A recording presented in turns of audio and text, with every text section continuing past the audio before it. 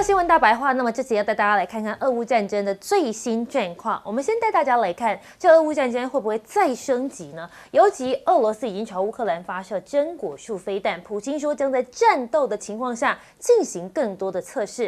俄罗斯总统普京呢对乌克兰发射极音速的真果树导弹飞弹之后，普京说在莫斯科的战斗条件之下，将对这种飞弹进行更多的测试。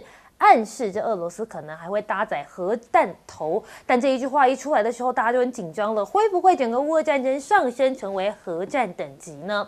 普京也下令大量生产这种10马赫的飞弹，还表示俄罗斯正在发展类似的先进武器系统。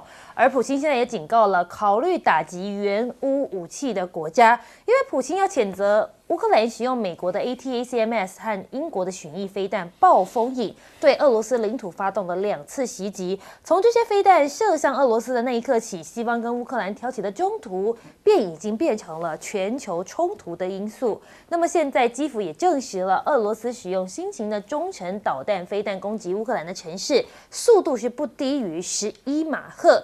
那么雪松飞弹系统是俄罗斯开发的新一代洲际弹道飞弹，那么采用固体燃料，具有机动跟这个警射部署的功能，即将取代俄罗斯战略火箭军现有的洲际弹道飞弹。那么现在呢，就连奥班都警告了西方一定要认真对待普京的讲话，因为奥地利总理他现在也很紧张。而现在乌克兰总统泽伦斯基则说，乌克兰要开始跟合作伙伴就一个新的防空系统举行会议，不难看出现在乌克兰也开始紧张了。而现在美国本土会不会也有危险呢？因为五角大厦就说了，叫俄罗斯向乌克兰发射的弹道飞弹，其实呢，它在发射之前有跟美国先做出预先的通知。那么，美国国防部的副发言人辛格就说了，这届的政府会认真看待俄罗斯的言行。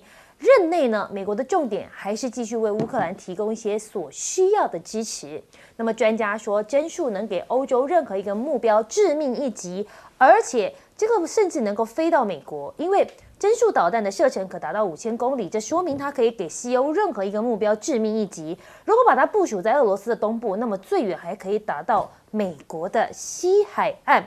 那么现在就有观察者的报道指出，美国中央情报局前分析师就说了，现在的拜登就像一个自杀式的炸弹袭击者。那么因为他要卸任了嘛，那么他也不管了，他就直接在俄乌冲突升级加柴火，就是为了要让下一任的川普难堪。反正2个月后他就拍拍屁股走人了，跟他没有关系。但学者说，距离任期结束还有2个月，所以拜登也加紧这个时候再扶泽伦斯基一把，但是也有可能更快的把他给送走。那么现在俄罗斯当然也有合作伙伴了，那么就是北朝鲜，也就是所谓的北韩。南韩说俄罗斯提供防空飞弹换取北韩派兵打乌克兰，俄罗斯提供给北韩的防空飞弹与装备换取这个平壤帮莫斯科去这个乌克兰战场上来打的兵员。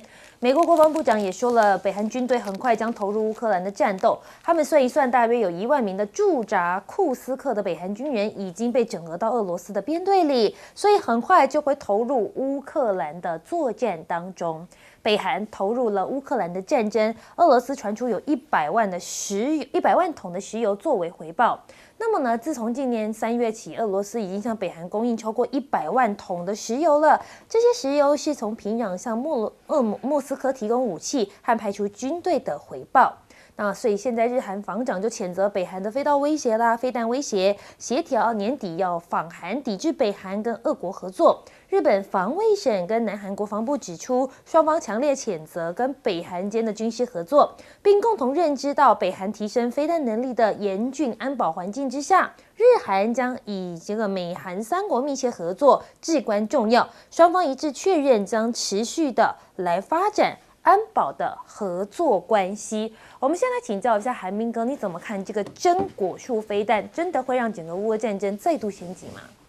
其实一开始乌克兰说他们发射的是洲际弹道导弹，那时候我就讲说，发射洲际弹道导弹如果不装核弹头，那它跟一般常规飞弹也差不了多少，只是比较难拦截，因为它速度很快，然后它有分导弹头可以打，那它浪费这个东西干嘛？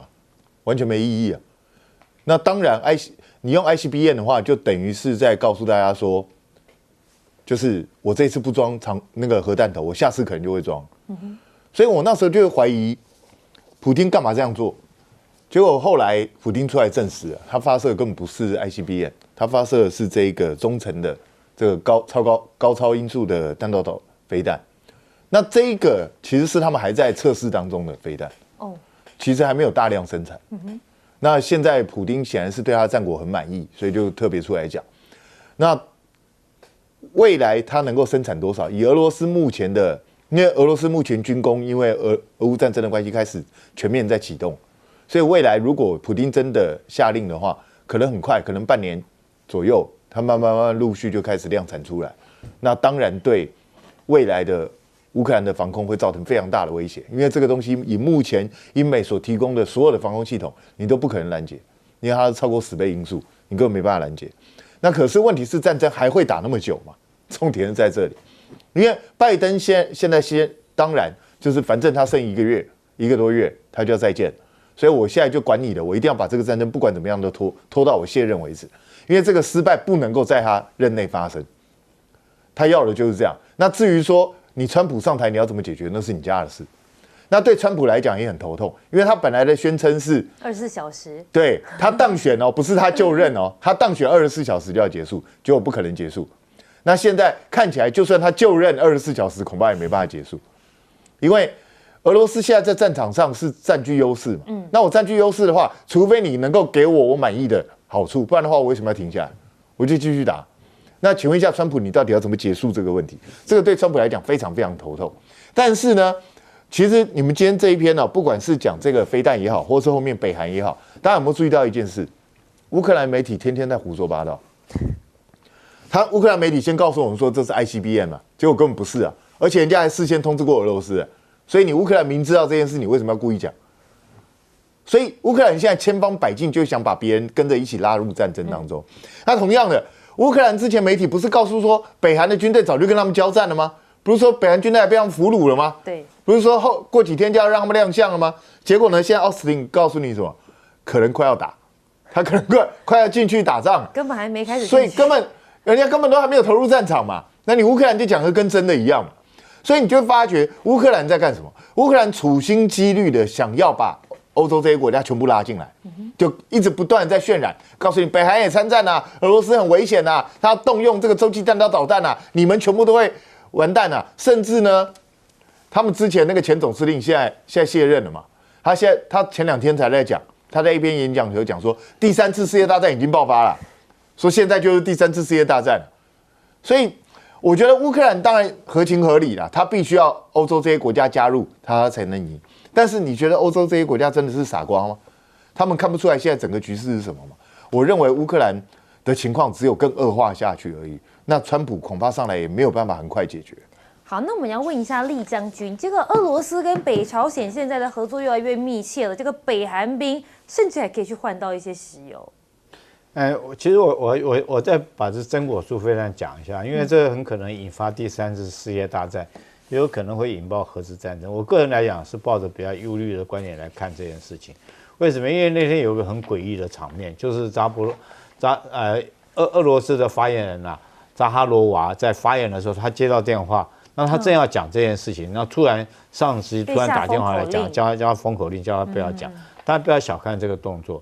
那我以军事的观点，我们先来看这一颗飞弹真果树飞弹。其实之前在讲前一天来讲，我已经在 X 平台上面看到，他们传说来要打俄罗斯要打的是 RS-26，那是那一颗就是洲际弹道导弹，它的射程有6000公里，里面有6颗分装弹头那6000公里来讲，你要知道，为什么扎哈罗娃那天会接到这个电话呢？因为美国跟俄罗斯他们有一个中导条约，就是双方限制我们的武器不要超过5500公里，因为5500公里就互相打到对方的国土，所以这方面他们采取了一个，就是说我们不要发展这种武器。那已经有了，你就已经有了。如果说你还没有发展，你就不要再发展。所以美俄两国都没有发展这种武器。好，那这下子这颗导弹到底是什么导弹？那突然普京说，这颗是真果树，是我们新研发的。但是你看看下面，各位可以看一下，我们下面左下角有这张照片。这张照片，这颗飞弹就是 RS-26的导弹那我们可以说，这个可能是这个就普京他是不是用另外一种说法？就像是我举一个很简单一个比喻，就像是我们房东跟房客说是8000房租，然后那个人说我不是8000房租，因为我只付6000块，所以我不是8000房租。意思是不是这个意思？就是我现在来讲，我这没有打到6000公里，我只打5500，我符合我美国跟俄国的中程弹道条约，我没有超过5000公里。可是它发射地点在什么地方呢？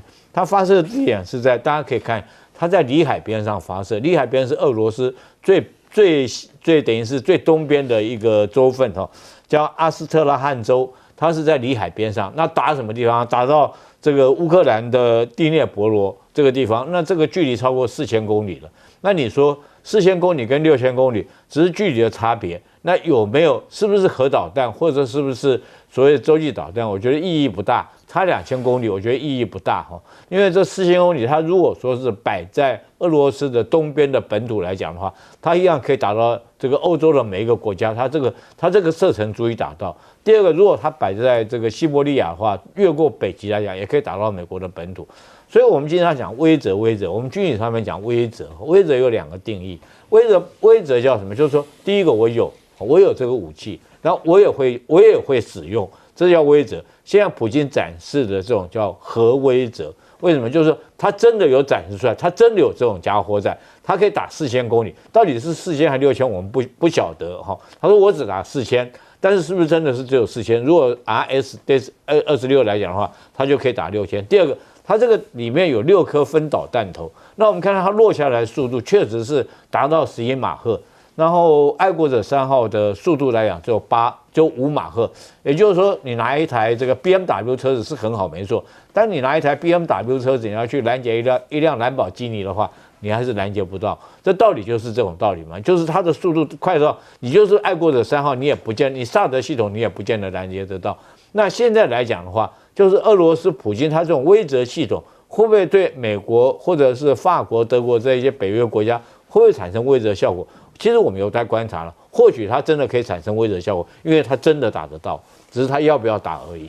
了解。那我们来问一下左教授，这个川普在明年的1月，大概短短不到2个月的时间就要就任了。拜登现在在最后的2个月，有人说他已经把油门催下去了，想要再帮泽连斯基一把，您怎么看呢？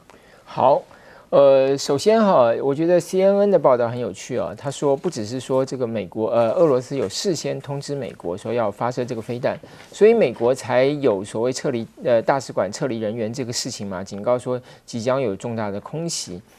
甚至这个 CNN 的报道还说啊，双方其实讨论了好长一段时间。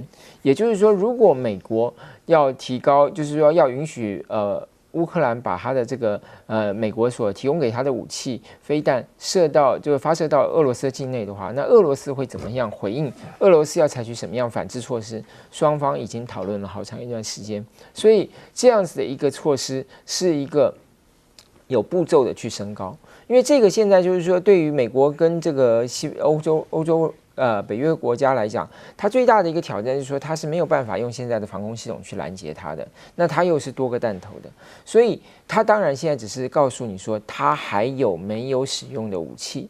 那么一旦如果这个欧洲或者美国提高对乌克兰的援助，提高对乌克兰的这个军事的投入，那么它就还有后面的武器会出来。我认为这是他最主要要讲的事情。那当然，这个也就要回到，就是说，大家也现在就检讨说，那为什么拜登要在这个时候去放宽这个限制呢？因为其实乌克兰已经提出这个要求很久了，但是因为之前在选举期间，拜登不愿意让这个事态升高，现在选完了，好了，做这个事情。当然有人去解释说，是不是因为肖兹给这个普京打了电话，所以呢，拜登要强调展现说他是坚定的支持泽伦斯基的，他不像肖兹一样跟这个普京通电话，然后呢软化对普京孤立的这样子一个做法。可是呢，有另外一个人就说不对，应该是针对北韩。事实上也是，因为其实现在乌克兰能够使用的这个武器啊，如果美国允许它打到这个俄罗斯境内，主要能够打到的是在库尔斯克这个地方，那当然就是针对在这个地方驻守的北韩的部队嘛。所以看起来他的这个行动是针对北韩了。现在北韩的问题也就变大家都在讨论的部分，比如像乌克兰最近又出来了，他说你看这个俄罗斯今年以来针对乌克兰所发射的这个194枚飞弹里头，有60枚左右是来自北韩的。哦，他说，然后甚至现在还说，你看北韩不只是北韩的飞弹哦，他说它里头用的一些电路板啊什么，还是从西方来的。哦，所以现在大概就是北韩成为双方一个讨论的焦点了。当然，一方面是说要西方提醒到说这个战事好像有升高的态势，但另一方面，我觉得也是在找战犯嘛，就是谁让这个北韩的这个飞弹进入到俄罗斯里头，谁去支持了这些所谓使用西方电路板的这个飞弹能够打到这个乌克兰境内来。我觉得现在大家就在这些问题上在琢磨了，因为为什么？因为这个战场看起来现在对乌克兰是越来越不利嘛。那所以大家现在只好找出一个原因说，那这个到底问题出在哪里？谁要承担这个责任？很显然，拜登是不会承担这个责任的啦。那当然，下一步当然就是看说能不能大家能够找到一个方法来让北韩能够后退。可是北韩金正恩最近才讲了，他说他不会想要跟美国谈判，他说他已经用尽所有的方法在跟美国接触，可是美国还是这么有侵略性啊。那所以北韩没有兴趣跟美国谈判。好，我们稍微休息一下，广告之后回来带您继续讨论。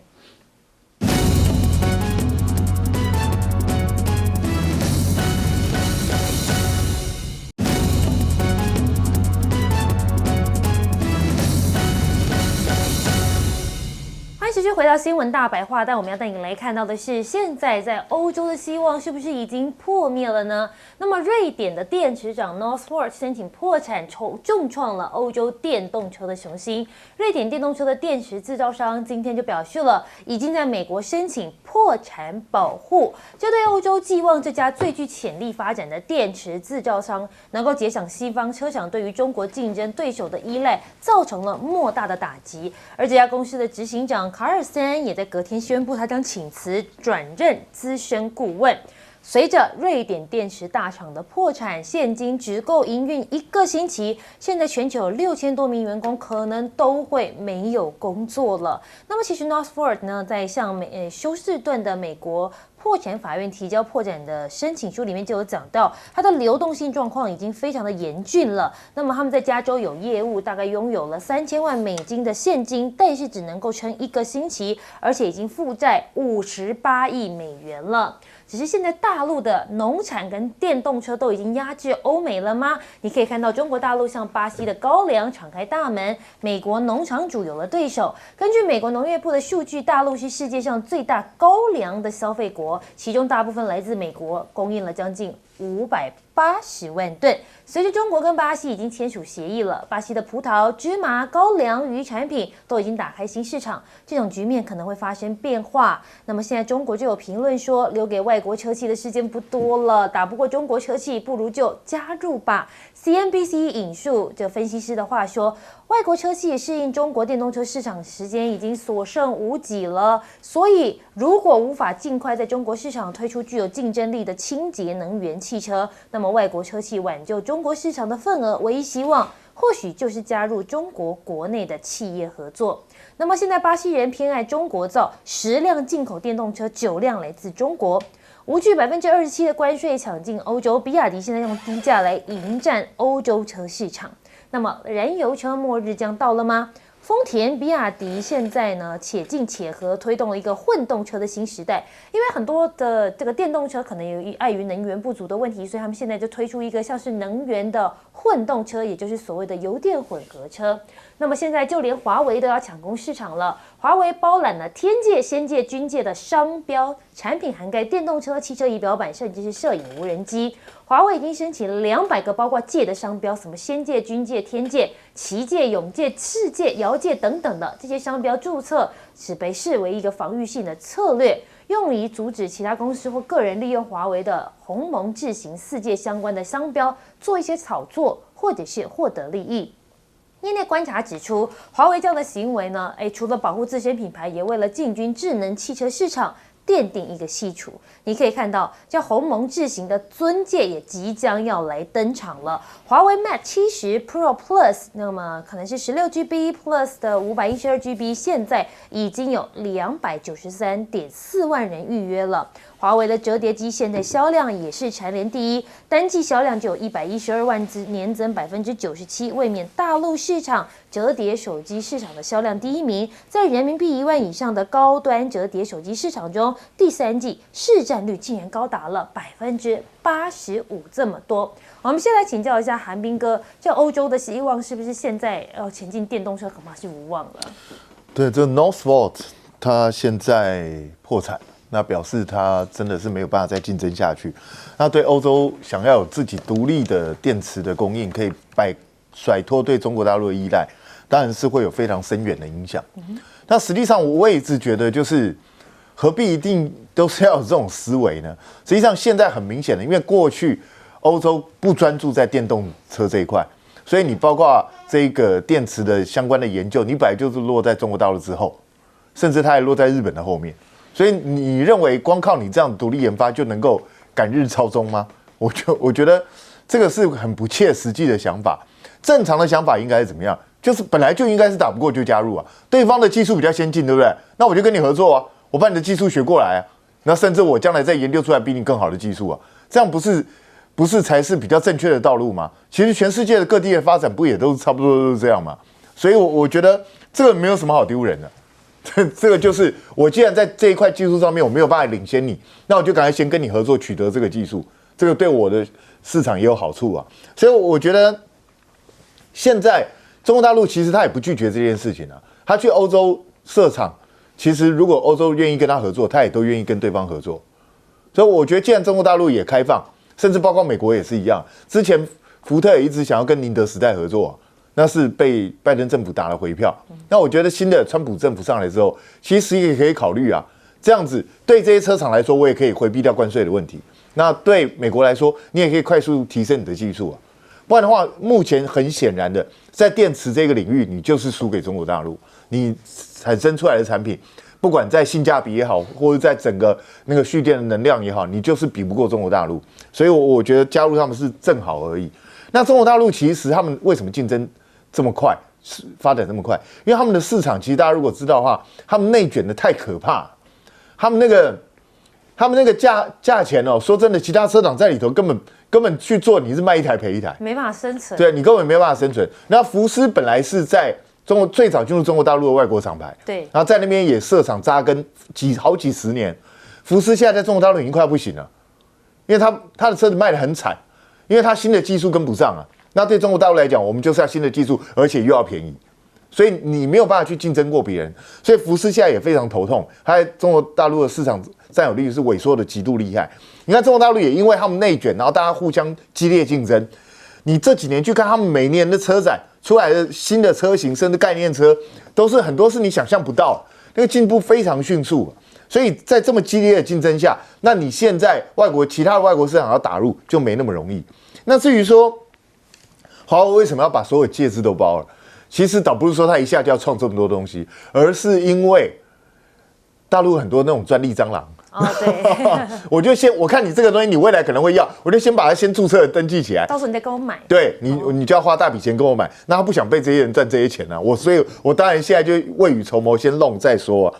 那可是呢，华为现在看起来它初步是获得成功了，可是未来是不是能够持续成功呢？像它的3折叠机，我那天看到台湾已经有几个人在用，那看起来是还 OK， 还不错。那像去年Mate 60 Pro 那个时候，我也被人家送了一支，当时的大卖，你可以说是因为民族情感问题，因为就觉得要帮中国人争一口气，所以我就要去买华为的手机。可是现在Mate 70出来了。Mate 70预定看起来是还不错，但是未来买的人多不多？我觉得如果持续还是这么畅销，那华为等于是用自己的实力证明了，我不是单纯靠民族感情站起来，而是我真正有实力能够跟其他品牌竞争。好，那我们来请教一下左教授，您怎么看？尽管欧洲已经对于这个大陆的电动车加了很多的关税，但比亚迪好像没在怕，还要用低价来竞争。现在其实欧洲很多国家都期待这个比亚迪去投资。那当然，第一个厂是盖在这个匈牙利，但是其他国家应该很快也会有。这种策略就是说，一方面它是高关税，二方面它其实也期待中国大陆汽车厂投资之后带来的这个就业机会。那这种现象其实在巴西、在墨西哥也看到，因为比如像说这次习近平去访问这个巴西，那同时间这个比亚迪就宣布收购当地的一家这个福特的工厂。那所以当然对于这个巴西来说，它除了进口这个中国大陆的这个新能源汽车之外，它也期待就是说未来能够在巴西在地生产。同样的，墨西哥也是啊，现在比亚迪也一样在这边这个开始布局哈。当然不只是比亚迪，其实大陆的一些其他的车厂都有做类似的规划啊，就是可以看到为什么呢？就是因为它的这个生产真的是它的产品很具有竞争力，所以当然当这个各国开始提高关税的时候呢，那投资变成一个相对来讲可以跳过关税门槛的这个一个策略布局，能够让这些车厂呢能够继续把这个车子卖到当地国家去，所以这是当然第一个。但是另外一方面也有看到，其实电动车现在也面临到一个新的挑战。这个挑战是什么呢？就是说，比如像在美国，因为之前拜登是说在2032年以前要让这个电动车要能够全面能够就是说最起码它的这个所谓的碳排放量要维持在要达到现在的65%左右。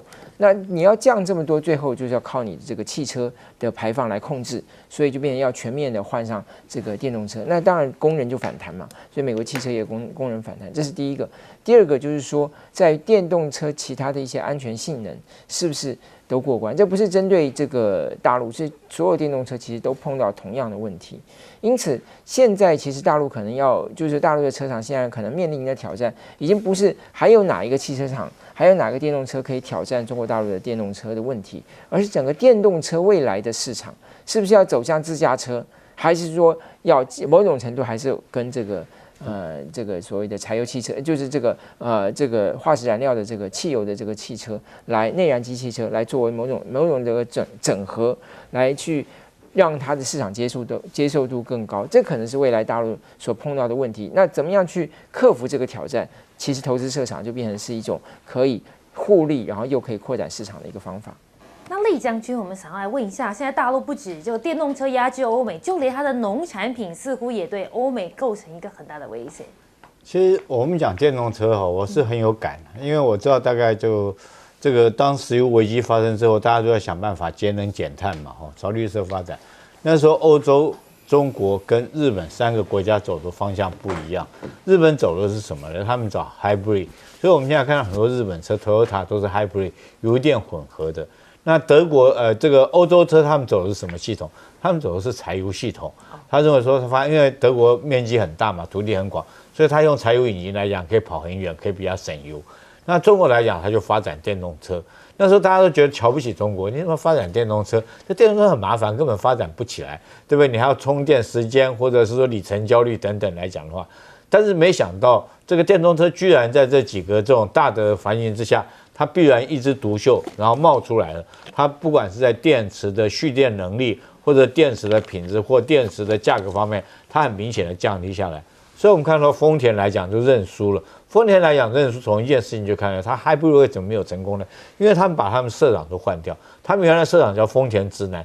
丰田直男是他们是第3代了，按理说应该传给他第4代，就因为他们这个当初的这 hybrid 这种策略错误，他们交给谁？交给佐藤恒志，那佐田恒志就开始这改弦换策，开始发展电动车。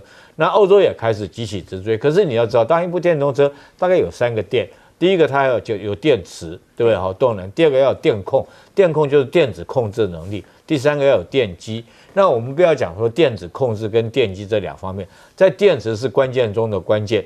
那这方面来讲，我们不可否认，中国在这方面它不但取得长足的进步，尤其是说以前来讲，可能充一电要7、8个钟头，它这次现在来讲，可能5、6分钟它就可以充饱电了，充电速度更快。第二个来讲的话，它电动桩，它在自己全国普设电动桩，所以我看到上次10月1号国庆旅游的话，很多人开车开到西藏去，来回开个电动车，他沿途他都可以，他可以很快可以充完电啊，可以这个就继续里程，就没有少掉里程焦虑问题。第3个是它的这种因为大量生产，它等于一条链式的，像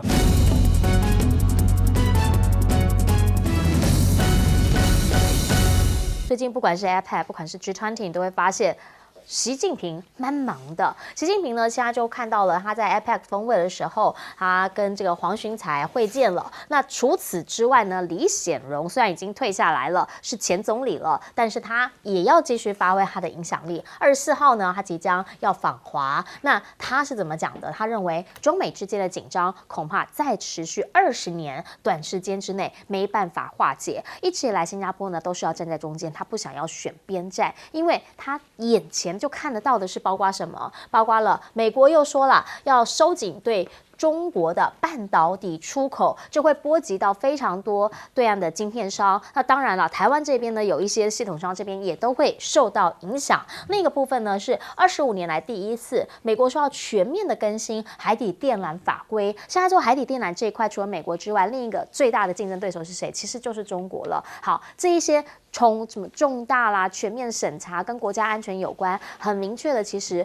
都是对着中国而来。美国的副国务卿坎贝尔就讲了，美中啦，他看是这样看，不会开战，但注定就是战略的竞争关系。因为呢，习近平他就在讲说，是不是太早就暴露了雄心了呢？他觉得他们一直以来就是想要取代美国，所以呢，他们现在很努力的在让 American Great Again。OK， 不管怎么说，川普遇上了习近平，以前其实好话还蛮多的，因为呢，他一直在强调什么，说他很欣赏他的强人形象啊。习近平呢，其实很少谈及两个人关系，甚至有人说没有提过川普的名字。好，但是呢，川普的讲法就是，哎，我跟他是彼此欣赏，不是我欣赏他，是彼此之间欣赏。但有人说这爱已经变质了啦，因为呢，在他第1任的时候，其实两方一开始还蛮融洽，还蛮热络，对吧？结果后来开始打了贸易战。打了关税战之后，整个就变质了。现在呢，专家讲法是这样，现在中方已经准备好了。以前那个时候还记得吗？大豆船啊，绕来绕去的，有没有？好，现在告诉你了，农产品进口的来源我们已经多样化了，甚至呢，我们的地方债务的资本重组，你说可能会影响到我们内部的经济，这个呢，他们也一直在努力当中，要应对的其实就是川普上任可能会有的贸易战。讲到了这一步，他做了什么样的准备？这几年呢，其实他在拉美这边下蛮大的苦心的，包括了巴西。好，大陆呢向巴西的高粱开启了大门，而也让美国的农场现在开始有了对手。原因是因为美国农场呢，其实它也会有一些大米啊、玉米啊等等这一些农作物，那大豆等等，现在呢，他们其实通通都要转向巴西这边来做进口。像去年他们就进口了830万吨的高粱，有部分呢是来自于美国，那供应呢，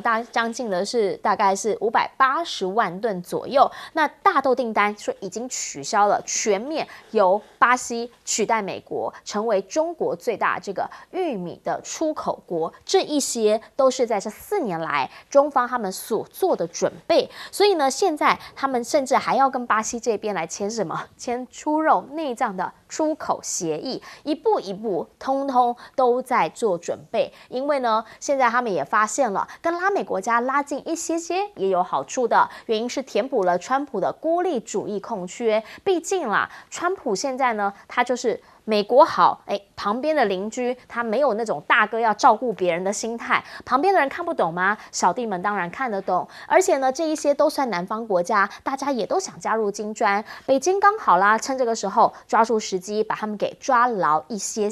甚至在这一次，他是先到了秘鲁参加 APEC， 然后呢去巴西参加 G20， 之后呢，他没有直接回中国，他绕到了非洲北非的摩洛哥，来这边要推动的是一带一路的合作。你看看习近平呢，他在抵达摩洛哥的时候，是由王储亲自来向他接机。双方呢，其实这几年来的交往一直以来都是友好的，而现在有更多更实质的项目正在进行当中。好，包括了一带一路的框架，还有啦，因为摩洛哥其实跟欧盟这边是签有自贸协定的，欧盟前一阵子不是才刚给他们加了这些关税吗？换句话说，这是另一个进入欧洲市场的门户了。那另一个部分呢，则是摩洛哥需要高铁嘛，所以现在呢，他也希望大陆这边能不能来帮忙盖一个高铁。另一个部分呢，则是一样在非洲这里，埃及。好，埃及呢同样是在北非。以前呢，这个很多美方啊不愿意，西方不愿意卖战机给他，后来呢，他去买了法国的标风战机，但现在要配飞弹怎么办？好。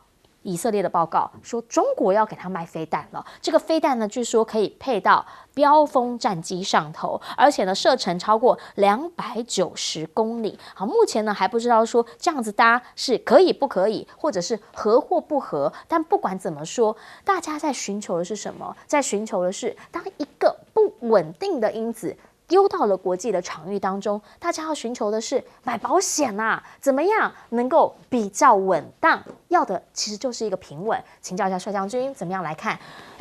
新加坡我觉得就蛮明确的哦，在任的、前任的，大家一起来做。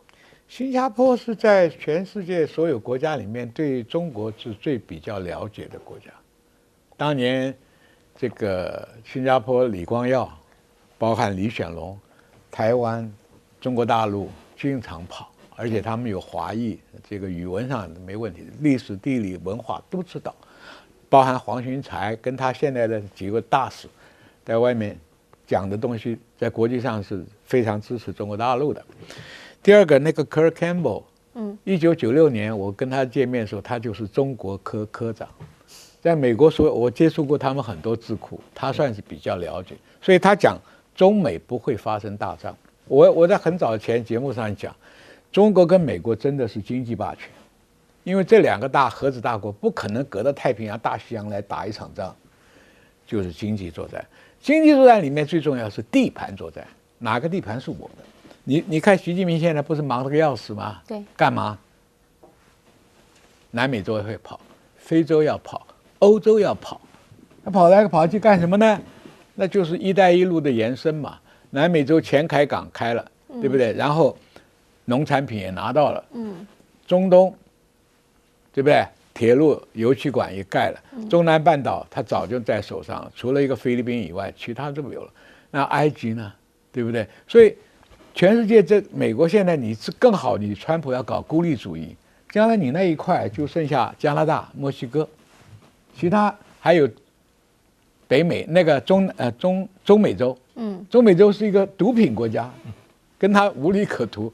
南美洲现在跟中国打得火热，你看他这几个摆席次就看出来了 ，C 位永远是习近平，拜登不知道摆到哪里去了。所以这个问题啊，国际是很现实的，你不要跟我谈什么道义了，什么联盟，有利可图就是最重要。现在欧盟原来号称不是北约把它管得紧紧的吗？现在一个缝一个缝都敲开了。法国你本兰迪要不要买？勃兰迪是牵涉到多少？西班牙的猪肉，德国的汽车，这些都要搞嘛。那比亚迪的设厂也是救你的汽车工业嘛。所以问题就是说，美国手上只有两样东西，一个金融作战啊，SWIFT就控制很多银行；第二个就是科技，高科技。但是你科技有了变成商品化，中间还有一个制造业，这个制造业不在美国手上。所以我们现在看，我看川普的手法，他只有4个字：开源节流。美国再伟大，第一个没钱叫什么伟大？那钱从哪来？大家交保护费，我把废品卖出去，精品卖出去。我讲他废品一点都不差。前一阵子给菲律宾的那个海马式，试射都不成功，就是给那个伦特斯基的那个5个战术飞弹。5发里面4发被拦截，1发还是坠落。我们已经深受其害啊！我讲他卖垃圾货是有名的，我在美国公开讲他卖垃圾货。你看，证明了吧？菲律宾的海马式没有1发能打的，乌克兰的陆军标准飞弹通通被拦。所以这个问题啊，你除了军事上的一点点霸权呐，那开源怎么办？除了收保护费，他就裁员呐，节流就什么裁员呢？为什么搞马克思去搞那个东西呢？你看哈，美国国防预算不裁才怪了。航空母舰上所有的 F-18黄蜂通通要淘汰了，已经又摔飞机了。它本来就要退伍的，航母里面也有要退伍的，要做新的。2代机、6代机是把 F-22减掉它的昂贵的设备，降等变成6代机。所以你可以看川普没有心思去替全世界做警察了，他已经收了保护费，而且还不愿意替你出兵了。所以你可以看得到，他一定要从这个开源里面拿到的钱，节流也省下的钱，让他4年，他把所有的事情都做了，因为他要的是留名，他钱已经有了嘛，就是你们不敢做的我都做，好坏你们后人去评，对不对？你们相信现在那个实体政府啊是很糟糕的，军工复合体赚了很多的钱，他也看不惯了，所以我觉得世界的变局啊，从现在开始会有很大的变化。你越逼中国的南方世界已经变成他的那一块，金砖就变成他攻城略地的主要的工具啊，投资在我手上，技术在我手上，高铁在我手上，电动汽车在我手上，他每个缝都可以往里面钻。是，请教刘老师怎么看？对，因为我同意刚刚帅将军讲的啊，基本上他是用中国大陆常讲话就是圈粉吧，就是你说现在是习近平在中美洲、南美洲，他其实就是圈粉嘛。那么西方也讲得非常清楚啊，就是你可以看到他在这是在秘鲁啦，在巴西啦，他是大家都没得聊，这是场外你跟我签，你跟他签，好多双方都在签，就是什么呢？就是我们大家都还是要推动自由贸易，我们要一个自由贸易两两双边的，慢慢构建一个两两双边的自由贸易的网络。美国参也好，美国不参也好，你不参你就在旁边待着，我们就在这边要做我们的网络。那中国大陆呢，它所凭借的就是我们讲说是一带一路啊，但是这里面有几个东西哈。第一个，一带一路呢，你可以看到，你说是秘鲁的这个前开港，那么中国帮你建了港，然后习近平就说啊，前开港正式的开始启用啊，那么这当然是相当不错，但是更重要的是，中国大陆的这个一带一路呢，慢慢逐渐在演化。对，在演化，它面的不是以前的铁公鸡啊或者什么这样硬件，它慢慢在讲到永续，它讲到绿能。你看，所以像这样巴西啊，巴西的国外投资啊，美国还是排在中国前面了。可是问题是中国投资的项目是鲁拉要的。对吧？他要鲁拉要的，他包括他的后勤啊，包括他的物流啊，包括他的这个基础建设啊，或者是这个他要的绿能。所以中国大陆那逐渐在变化啊，这是往好的方面讲。我坏的方面讲的有个缺点，就是“一带一路”在很多地方呢，慢慢会走到深水区。深水区就是你以前说我闪开当地的政治，可是你现在可能闪不开啊。巴基斯坦中巴经济走廊就是最典型的例子嘛。为什么中国工程师在巴基斯坦老是被杀呢？啊，因为你俾路支解放军啊，因为巴基斯坦塔利班啊，只要你中国你一个项目成功，你就等于帮了巴基斯坦政府。巴基斯坦政府如果做得好，那我们这要独立的要分离的，我们不是没有机会了吗？所以只要你帮了巴基斯坦政府，那我就打你。所以中国大陆现在跟巴基斯坦就在谈呢，那我们是合组保安公司啊，我们怎么样的保安呢？安全问题怎么样？所以你慢慢的会走到一些深水区，所以它有它成功的地方，它有触碰它障碍的地方。所以全世界布局，那你想南方国家还有国家雄心壮志啊，谁呢？印度啊，莫迪也想做。你想莫迪到巴西之前，他先到奈及利亚去了一趟啊，拉了奈及利亚，要说我这是非洲最大的民主国家，和我印度是世界最大的民主国家，我们两个当然应该结盟啊。有个人，所以中国有中国梦，莫迪有莫迪的印度梦。所以大家都想在美国以外去布他的局，大家都想圈粉，中间有时候会撞到的。是，请教一下董哥。但是我们可以看到就是李显龙30年前啊，他到中国大陆的苏州，看中了一个地方，跟中国大陆合作，这个地方叫金鸡湖啊，我去过很多次啊。那这边那时候做我们的3C或电子业非常成功。那李显龙现在为什么要去30年？他说他想去看他的孩子。那大概3个礼拜前，李显龙在一场演讲他说现在中国的经济发展还没有见顶，那如果你们现在看衰中国的话，是极不明智他说中国人有决心继续向前迈进。西方国家认为说我们只要能够做一些什么就可以打倒中国，他说这个想法是错误的。那当然李显龙这一趟他当然。在亚洲的领袖，他的看法都是非常的杰出而且跟他的爸爸一样，都让很多人觉得说他们有一些西方国家所观察不到的角度但是我们可以看到譬如说美国的彭博彭博新闻是一个很大，他说现在中国大陆有几项其实是世界第一名顶尖的。那无人机不用讲，太阳能板也一样，石墨烯，石墨烯中国大陆也是世界最顶尖。那高铁大家可以看到，中国大陆的高铁它可不是没有高配的，它是全世界最强的。然后锂电池加电动车，大家可以看到嘛，欧盟这些国家为什么要抵制电动车，要抵制中国大陆电动车？欧盟提出一个条件，除非你把你们那些秘方告诉我，要不要脸啊？要不要脸？打输你，要求你提供秘方，要不然你不能来我们这边卖，我们要给你提高关税。那中国大陆要不要跟可口可乐提高关税？要求可口可乐提供它的配方？你已经看到这些西方国家那种不要脸，然后嘴脸都出来了。中国大陆现在未必会把你整个欧盟的市场认为说是特别了不起，因为它有另辟蹊径嘛。就像刚刚老师所讲的迁混，南美洲这些国家的态度完全不一样了嘛。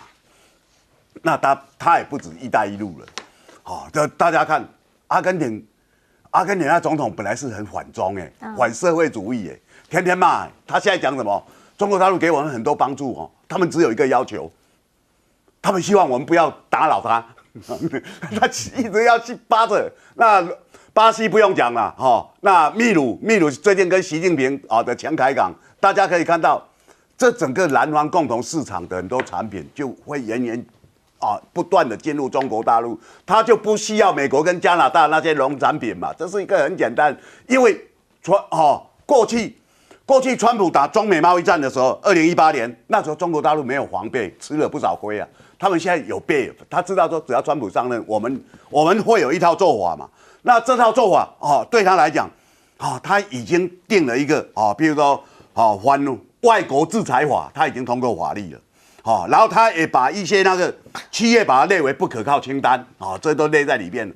他这一次有一些防备，当然他还是会受创，全世界每个国家都会受创，但是他不会像上次那种惊慌失措，他已经转移了非常多的市场。你抵制我，你要给我课高关税没关系，我东西少卖你那里，我尽量去进其他国家的，让你的国家的那些农产品或什么你们销不出去，大家一样啊。你要两败俱伤，我也有办法。但是我觉得中国大陆他已经找好他的市场，这一点你要看他的经济没有见顶，做一些动作就要把他打败。李显龙显然也不这样想。其实现在世界当中在改变，一切都是因为他了。川普，来看看 Trump。他是真的还蛮有趣的为什么？因为你看他这个用人哲学现在来看到很多人都在猜他跟马斯克两个人到底什么时候会闹翻。马斯克不用讲了，这一次从选前到选后一路上面，光他那个胜选感言叫几次了，对不对？好，所以他现在就登上了《时代》杂志的封面。《时代》杂志有说，他如果之后，因为他现在也要成立那个委员会嘛，对不对？那他代办清单到底是什么？结果后来呢，马斯克本人回应，可是里面包括了削减2兆美元，飞往火星都没有被他勾选哦。他的意思是说，他现在想要做的是什么？他想要用他生命就最后这一个人生的下半场，他想要努力让最大化的意识存续可能跨越星球。他就讲了，有一些项目确实跟这些是有关系的。现在他已经讲了，他要砍开源节流这个部分，马斯克来负责，要砍17兆的政府开支，这里面 NASA 可能就会因此遭殃了。因为预算请求呢，关键因素是人类登月器，但问题是 SpaceX 他们现在不是要跟这个政府之间来做合作吗？那如果是这样子的话，会不会有很多的经费其实呢就会影响到 NASA 他们自己内部本来的 R&D 的需求？另一个部分呢，则是他因为跟川普越来越 close， 所以他自己的身价呢也已经飙到了3478亿美元，变成了全球首富。好，到底跟一位新创家或者是跟一位有科技产业的老板走了这样的近，甚至呢邀请他进到自己的这个小内阁里面来，合不合理？梅克尔现在提出了一个警讯他说这个会有巨大的疑虑，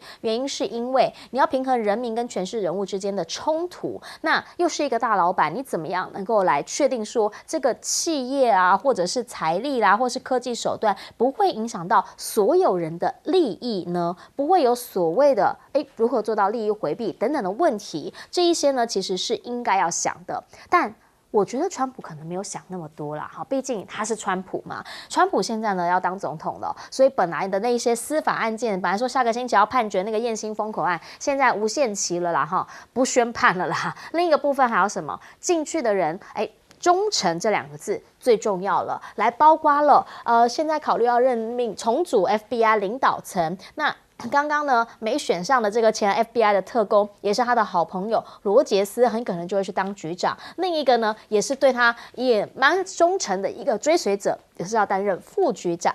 大家就讲啦，这里面呢，其实是不是就是某些层面上面，他在内部的部分，他要先安顿好，然后呢，在人事的部分，他们有讲啦，说有可能呢会威胁到一些党内的参议员啊等等的话，他们如果有人要阻碍人事，就马斯克会赞助他的另一部分的初选对手，也就是说，萝卜棒子他是一起给的。这个点我觉得就很商场了，是不是？另一个部分呢，你也看到了，我们刚讲到忠诚是最重要的一个原因之外，还有另一个是什么？跟他聊得来的，看得顺眼的，好，包括什么？我也没想过 NFL， 也就是所谓的足球联盟的球星，现在要当的是住房还有城市发展的部长。另一个摔跤女皇啊，就是呢，她其实先前是世界摔跤娱乐的前 CEO， 现在呢是要去当教育部长。我也不太懂。那再来看到的是，很多人都跟我们讲说，像我们这种做政论的啦，或者是新闻从业人员啊，现在去美国可能比较有发展，因为第2位了哈，福斯的新闻人士现在要去当公卫局长，然后长得漂亮的现在也可能比较有官位，好，原因是因为他要任命这一位叫凯利洛夫勒前参议员要去当农业部的部长，然后呢，前佛州的检察长呢，则是要去当司法部长。大家就在讲，到底为什么会任命这一些人，都很年轻，看起来呢学历也都漂亮，但是里面的理由到底是什么？不过有一件事情是让华尔街觉得总算看到川普的一些专业了。川普说他很懂商业嘛，现在呢，这个避险基金的经理人班森特获提名成为财政部长。本来这个位置是谁？本来这个位置呢是卢特尼克。好，那个时候呢，很多人对他是一个券商啦，其实还蛮疑虑的，因为不知道说呢，他跟中方有这么多的一些交流，那不知道他来当了这个财政部长或是相关的这一些业务的时候，会不会有所影响？现在罕见的被川普给打枪，这是马斯克的提议。华盛顿邮报就直接讲啦，说现在他们华尔街总算认为说，川普有把这个有民粹主义贸易的直觉，所以呢，还是比较听得到金融市场的声音。但不管怎么说啦，华尔街这边他们认为新来的这个人呢，是一个财政鹰派，未来会怎么样在市场上面有所管制，或者是有所对应，这个是他们在期待，以及他们也有些担忧的。想要请教一下帅将军，你怎么样来看？好，马斯克呢，现在他说了，想做电动车啊，想要发射火箭，但是呢，本来说他要去当那个委员会，削减开支2兆美元，却没有在他的勾选项目当中。各位想一想啊，我们看了世界上很多政客，选前开出来的支票能够达成1成就很不错了，达到1%呢可以交代了，就是我做了啊。所以你看川普漫天开价，我告诉你，他这3大项，移这个跟这个所谓的这个裁员跟这个金融，他都做不到他自己设定的目标。俄乌战争都是一样，就是说他往这边做，但是看他用人看出一个脉络没有，好像只有经济这一项用对了，有点专业，其他都不是专业。大家想想为什么？你想想回忆一下他主持那个媒体节目 ，You fire 都快啊，因为做不好就换嘛。我要你忠诚，就是说你听我话，我开出来这些支票，哪怕是不合理，你也给我贯彻执行。我跟你讲哈，你看他用的国防部长是一个上位的一个人去用，完全违反传统的做法。为什么？他对前面几任国防部长是恨透了啊。你记得不记得前面有一个现在的米利，前面一个这个叫什么名字艾斯培吗？艾斯培后面还有一个，3个都是反对他的，一个不帮他站台，一个不帮他跟跟中国的那个打交道。米利还直接通电话给人家讲，哎，我们的国会乱了，你不要打仗。所以他对国防部，你能用一个他们圈子里的人吗？我们搞过改革，如果你是圈子里面人来改革，下不了手啊。他跟我又是以前兄弟，他又是我长官，我怎么裁啊？搞这个人是没有负担的，因为什么？川普已经不想当世界警察了嘛，这个看出来了没有？他所以国防砍预算有什么关系？换你的人有什么关系？贯彻我的政策就可以了。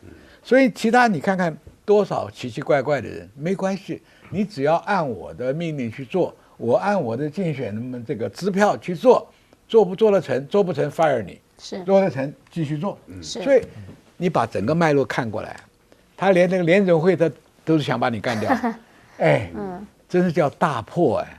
那问题大立不得起来，不知道。我也不敢预测，他能够做1%就不错了。反正他已经只有4年。他的目标就是留万世民。老子开了这条路，我是走大破大立去做。反正你们都不满意现在的政府，我把它破了，是这样。好，我们来也期待一下，川普他到底还会做出什么事情？先进广告。